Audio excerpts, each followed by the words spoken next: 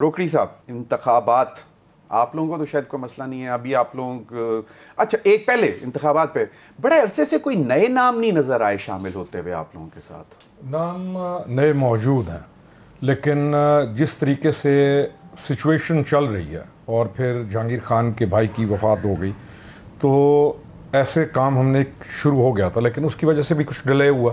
اور آپ کو جب جو کہتے ہیں نا ہیٹ آف دا بیٹل کے اندر بہت ساری چیزیں آگے بڑے بڑے نام آپ کو نظر آئیں گے آتے ہوئے، تو میرے خیال میں ایک اچھی اسٹریٹجی کے ساتھ ہم چل رہے ہیں.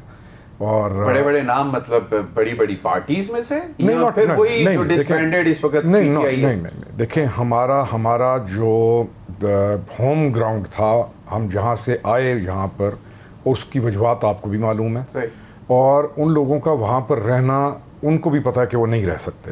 وہ اور ہم مل کر ہی آگے بڑھیں گے. اور یہ وہ لوگ ہیں جو کہ الیکشنز جیتے ہیں، انہوں نے الیکشنز لڑے ہیں اور ان کا ووٹ بینک ہے، ان لوگوں نے کام کیا ہے. کل عثمان بزدار صاحب فارغ ہوئے ہیں، ان کو دعوت دے رہے ہیں آئی پی پی؟ عثمان بزدار بہترین جگہ پہ ہیں، جہاں پہ ہیں خوش رہے ہیں، ہماری دعا ہے. نہیں ایک اور بھی بتاؤں، وہ فارغ ہم اس لیے نہیں مانیں گے کہ عثمان بزدار کے جہاں تعلقات ہیں نا، تو جہاں عثمان بزدار کے لنکس ہیں، تو یہ فیصلے الٹ ہونا کوئی ایشو نہیں ہے. یعنی کہ چوتھے دن دوبارہ اگر آپ دیکھیں کہ عثمان بزدار صاحب اس سے زیادہ اکرام کے ساتھ وہاں کھڑے ہوں تو ہم یہ رسک نہیں لیں گے. ہمیں معلوم ہے کون کہاں پہ لنکڈ ہے. اچھا چلیں اب آ رہے ہیں آئی پی پی. آپ نے ڈرا دیا ویسے اختیار ولی صاحب کو کہ پی ایم ایل این کے بھی بڑے بڑے بگ وگز آئی پی پی میں جوائن کر جائیں گے، کوئی پتہ نہیں کے پی میں سے. اختیار ولی صاحب بھی لاہور میں تھے، ان کی تو نہیں ملاقاتیں ہوئی؟ نہیں، اختیار ولی صاحب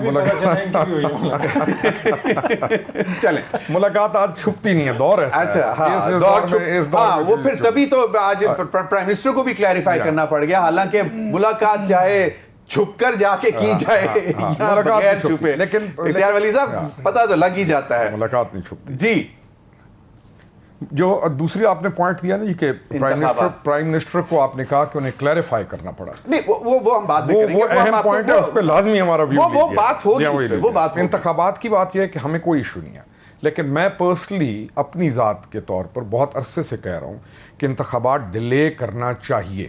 میری ریزنز فار ڈیلے جو ہیں وہ ڈفرینٹ ہیں.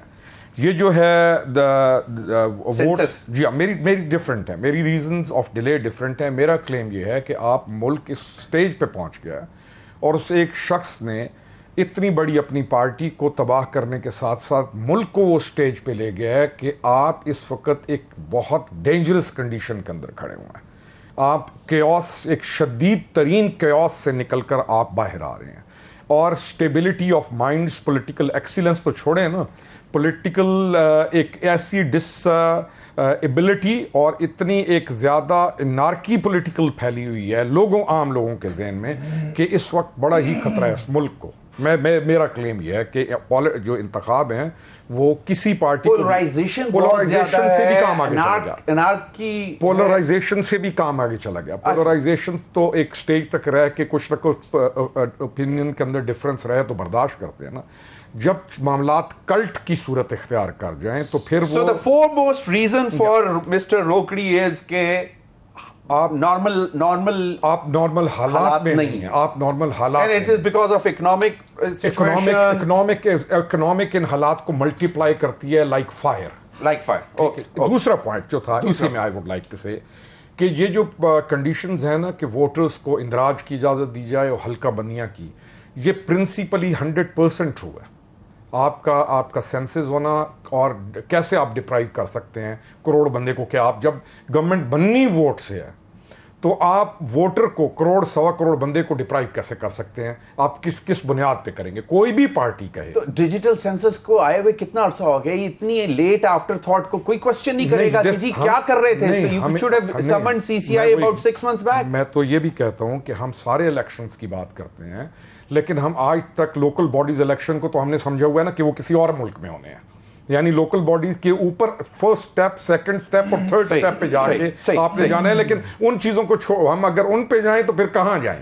لیکن یہ بھی دونوں جسٹیفائڈ ہیں. حلقہ بندی درست نہ ہونا اتنا نقصان ہے اس بندے کا جو الیکشن لڑ رہا ہوتا ہے. بالکل. اور بلوچستان جیسے ڈیولپنگ صوبے کو جس میں کہا جا رہا ہے کہ ایک مطلب فینومینل انکریز ہے پاپولیشن میں اور ان کی بھی سیٹس نہ بڑھیں تو پھر زیادتی ہے. نہیں, روکڑی صاحب تو کہہ رہے ہیں کہ وہ تو ابھی بہت بڑی بڑی گرم خبریں دینے والے ہیں کیونکہ بہت بڑے بڑے لوگ ان کو جوائن کرنے والے ہیں, اس لیے بے شک تاخیر ہو جائے کیونکہ probably this code be the reason as well. نہیں, یہ ریزن بالکل نہیں ہے.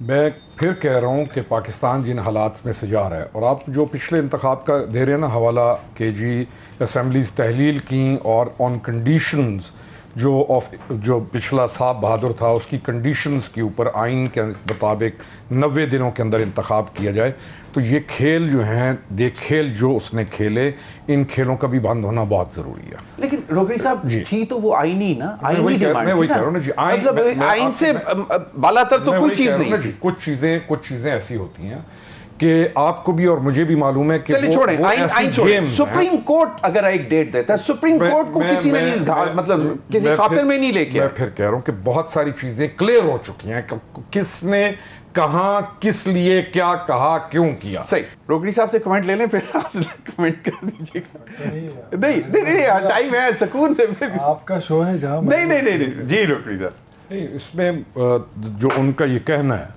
ہماری جو پبلک کا ہے اس کا ایک اوپینین ہے کہ ہمارے کچھ مزاج ایسے بنے ہوئے ہیں جو پوری دنیا سے مختلف ہے, اور خواہ اینٹی اسٹیبلشمنٹ سٹینس لے کے ایک بندہ پاپولر ہوتا ہے. یہ کس خطے کا, اس خاص طور پہ ہمارے پاس ایک مزاج بن چکا ہے. مجھے بتائیں کہ دنیا میں کون سا ایسا ملک ہے, میں اور تو کہیں نہیں, پاکستان میں نہیں ہے, دوسروں میں بھی اگر آپ اسٹڈی کریں گے تو آپ کو عمومی مزاج یہی ملے گا. بنگلہ دیش کو بھی دیکھ لیں, آپ کو یہی ملے گا. انڈیا کے اندر بھی آپ کو یہی ملے گا. تھوڑا سا انہوں نے اس کو رخ اور دیا ہوا ہے. ہمارے پاس ہمارے کیونکہ جغرافی کے لحاظ سے سچویشنز ڈفرینٹ تھیں, ہمارے نیبرز کی جو لوکیشنز ہے وہ ڈفرینٹ تھی, تو ہمارے کچھ ڈفرینٹ ہیں لیکن ایک مزاج بنا ہوا ہے. مجھے بتائیں دنیا میں کون سا ملک ہے جو اسٹیبلشمنٹ کے ساتھ جو پولیٹیکل گورنمنٹ ہے وہ ایسے کر کے نہیں چلتی. صحیح ہے, بالکل. آپ پینٹاگون دیکھ لیں, وہ گورنمنٹ. سعودیہ چلے جائیں, دبئی کے اندر چلے جائیں, آپ یورپین ملکوں کو دیکھ لیں, آپ تمام کو دیکھ لیں, کون ہے تمام. اچھا پھر اسٹیبلشمنٹ جو بتاتی ہے وہ کیا بتا رہی ہے ان کو کہ آپ کچھ غلط کام کریں. اچھا انفارچونیٹلی کچھ شخصیات جب غلط کام کر رہی ہوتی ہیں تو ان کو کوئی ڈسکس نہیں کرتا, لیکن جب ادارے مضبوط ہو کر پرو پاکستان اچھی پالیسی چلا رہے ہوں, ایشو بننا شروع ہو جاتے ہیں. اور پھر شہباز شریف ایک ایسے پرائم منسٹر کے طور پر آیا ہے کہ جس نے اپنی سیلف ایگو کو چھوڑ کر ملک کو پرائیورٹی دیتے ہوئے ایک نہایت سنجیدہ اور ہمبل پرسنالٹی کے طور پر آ کے ایک آدمی نے کام شروع کیا, آپ کے اداروں کو مضبوط کیا, اداروں کے ساتھ جڑ کر کرائسس کے ٹائم کو گزارا, اداروں کو سپورٹ کرتے ہوئے اور اداروں کی سپورٹ لیتے ہوئے انٹرنیشنل جو فارن پالیسی تھی اس کو بہت اچھے طریقے سے چلایا. دنیا کے اندر اور جگہوں پہ جہاں جہاں پر پاکستان کو مشکلات کا سامنا تھا, he did a very good job. No doubt about that. Major initiatives. اب ہوتا, میں ختم کروں, اب ہوتا کیا ہے, کچھ لوگ یہ تو ایسا ہے, یہ ایسا ہے, یہ ایسا ہے, یہ ایسا کر کے خراب کریں گے. تو یہ جو انہوں نے کلیریفیکیشن دیا, انہوں نے ان کو یہی کہا ہے کہ تم جو مرضی کرو, میں نے اپنا کام. اچھا روکڑی صاحب کوئکلی, اس سے پہلے میں ادھر جاؤں گا, کوئکلی ایک بات بھی کی جا رہی ہے کہ جی ایک مس ایڈونچر ہوا جو 2011 سے شروع ہوا اور ریئلائز ہوا, اس ایڈونچر کی ریئلائزیشن ہوئی 2018 میں, اور پھر 22 اپریل میں, اپریل 2022 میں ریئلائز ہوا کہ it was a miss adventure. پھر یہ سوالات آپ کی پارٹی پہ بھی آتے ہیں کہ جی یہ پھر ایک اور ایڈونچر ہے. ہماری پارٹی ایڈونچر سارے ہوتے ہیں, دیکھیں ایڈونچر سارے ہیں. پرویز خٹک صاحب کے متعلق یہ بات کی جا رہی ہے کہ ایڈونچر آپ 47 کے بعد ایڈونچرز ہی نظر آئیں گے. ایڈونچر سارے ہوتے ہیں, ہر دنیا میں یہی ہوتا ہے. کرنے والوں کے اوپر سوال ہو رہا ہے کہ کیا وہ جو انجینئر کرتے ہیں ایڈونچر, میں اس کی بات کر رہا ہوں. پھر میں کہہ رہا ہوں کہ یہ بھی ایک غلط الزام آتا ہے کہ وہی انجینئر کرتے ہیں ہر چیز.